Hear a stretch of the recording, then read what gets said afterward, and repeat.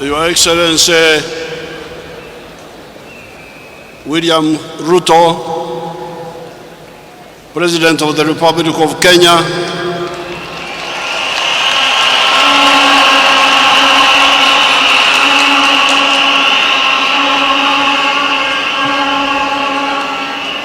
Excellencies, heads of state and government who are here, His Excellency Vice President of Kenya, Mr. Gachagua,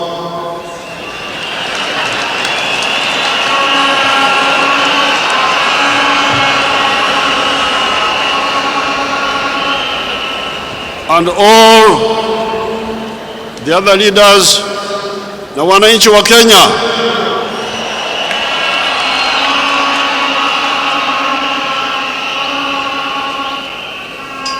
Kwanza, hongera kwa Mheshimiwa William Ruto kushinda uchaguzi.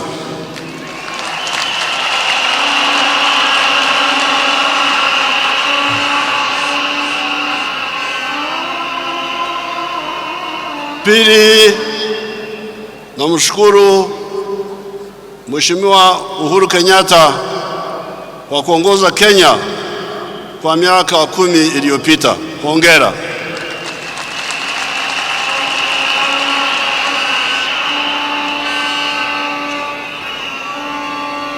Kawaida,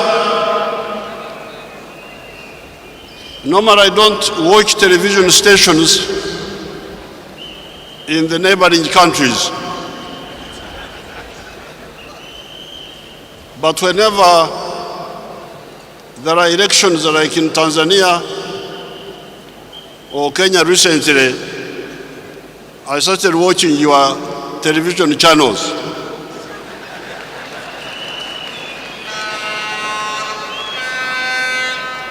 And there is one television, I was scanning through them,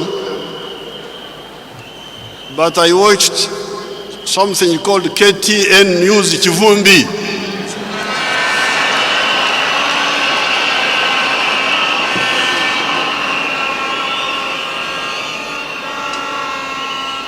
That,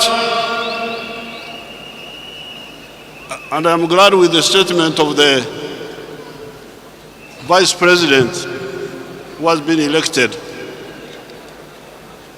because he was talking here about the real challenges of African countries and leadership. Now, in this Chivumbi, most of the time, they were talking about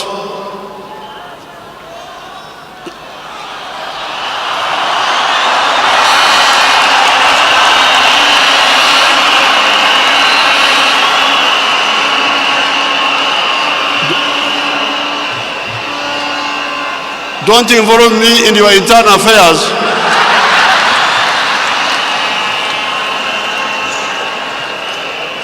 Me, I just want to observe a few things.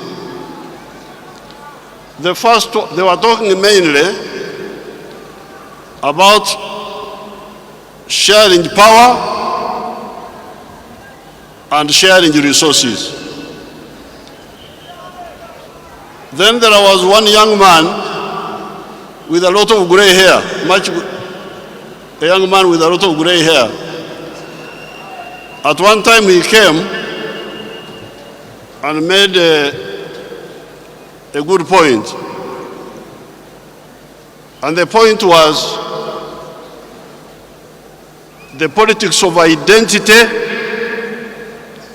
versus the politics of interests, of issues. I said these young people are beginning to get somewhere. But then another one said, you are talking of distributing resources.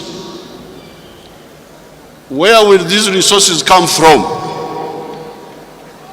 So all of the political class in Africa, I would appeal to you to answer that question. Where does prosperity come from? Ustawi wa jamii unatoka wapi?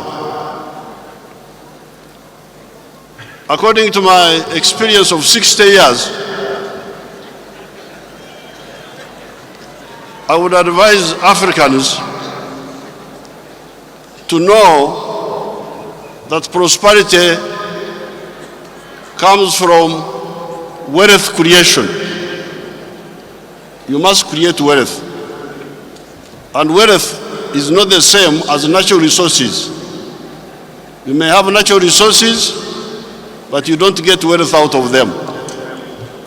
The wealth means commercial agriculture, manufacturing, services, hotels, like hotels, and ICT.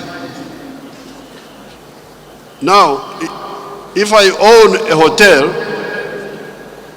it is my wealth. But that hotel creates jobs for Kenyans or Ugandans. The linkage between wealth and jobs. Because when I watch these TVs, I get a bit concerned. You see, people are talking, and the neo-colonial social science is also very dangerous, because people don't link. So, I have not read, of course, the manifesto of Kwanza, Kenya Kwanza, nor have I read the other one of Azimio.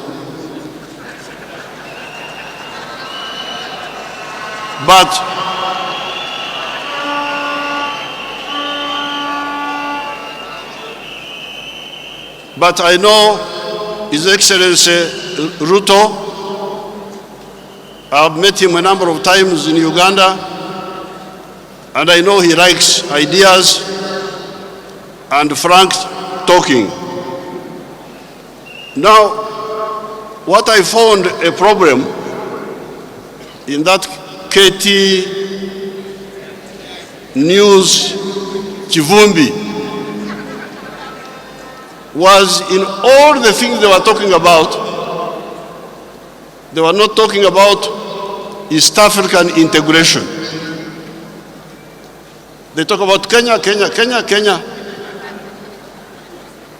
But I can tell you, and then one of them, the other evening, one of them was quoting the example of American President Roosevelt. Roosevelt started a program in 1934 which created jobs and so on. But Roosevelt was utilizing the huge market of the United States, which had already been created by some people who had a vision. So therefore, I congratulate His Excellency Ruto. I thank His Excellency Uhuru.